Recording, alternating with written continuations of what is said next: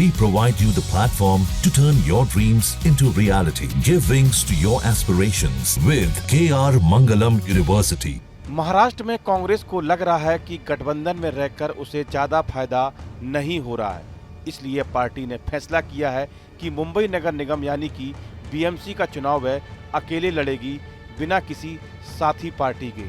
सोमवार को दिल्ली में कांग्रेस के बड़े नेताओं की अहम बैठक हुई। इसमें महाराष्ट्र प्रदेश कांग्रेस के नेताओं ने पार्टी प्रभारी रमेश चेन्नीथला से कहा कि उन्हें लगता है कि कांग्रेस को बीएमसी चुनाव अपने दम पर लड़ना चाहिए। नेताओं ने बताया कि जब कांग्रेस शिवसेना के साथ गठबंधन करती है तो अल्पसंख्यक वोट शिवसेना की तरफ चले जाते हैं, लेकिन हिंदू वोट कांग्रेस को नहीं मिलते हैं। वहीं कांग्रेस के कुछ स्थानीय नेता यह भी मानते हैं कि गठबंधन में रहते हुए उन्हें टिकट ही नहीं मिल पाता या उन्हें अपने ही इलाके में शिवसेना या एनसीपी के सामने झुकना पड़ता है। इससे कार्यकर्ता हताश हो रहे हैं और पार्टी की जमीनी पकड़ कमजोर हो रही है। अगर बार बार गठबंधन किया गया तो कांग्रेस को डर है कि वह सिर्फ एक सपोर्टिंग पार्टी बनकर रह जाएगी, यानी नेता भी और जनता भी उसे मुख्य पार्टी की तरह नहीं देखेगी।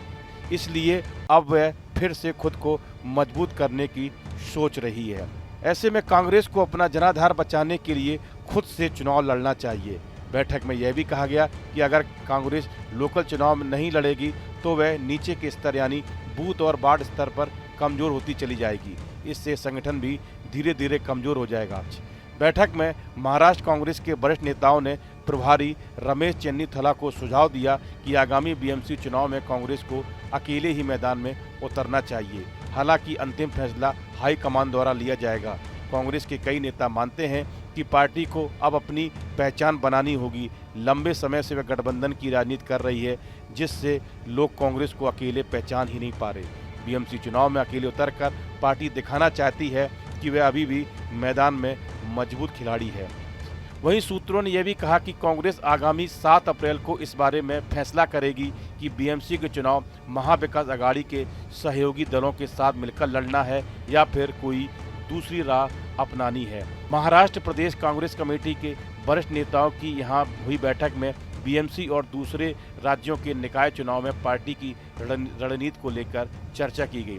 बैठक में कांग्रेस के प्रदेश प्रभारी रमेश चेन्नीथला, प्रदेश कांग्रेस कमेटी के अध्यक्ष हर्षवर्धन सपकाल, पूर्व मुख्यमंत्री पृथ्वीराज चौहान सहित कई नेता शामिल थे।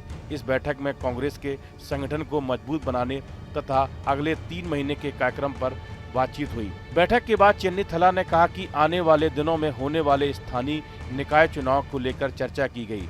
कांग्रेस को आगे कैसे बढ़ाना है, विधान क्या हुआ, फर्जी मतदान और मतदाता सूची में नाम जोड़े जाने से जुड़े विषयों पर बात की गई।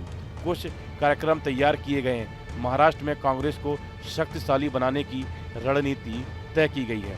मुंबई नगर निगम यानी बीएमसी देश की सबसे अमीर नगर पालिका है। यहाँ पर सत्ता पाने का मतलब है बड़ा बजट, बड़ा असर और शहर में मजबूत पकड़।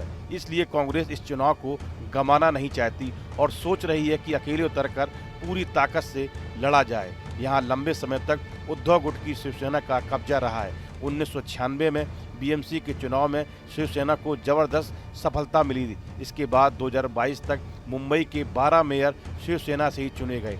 ठाकरे परिवार ने जिसे चाहा वही बीएमसी का मेयर बना। आरक्षण के मुद्दे पर कोर्ट में चली लंबी सुनवाई के कारण 2022 में बीएमसी के चुनाव नहीं हुए।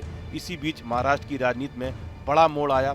20 जून 2022 को एकनाथ शिंदे ने बगावत कर दी और बीजेपी के साथ मिलकर सरकार बनाई।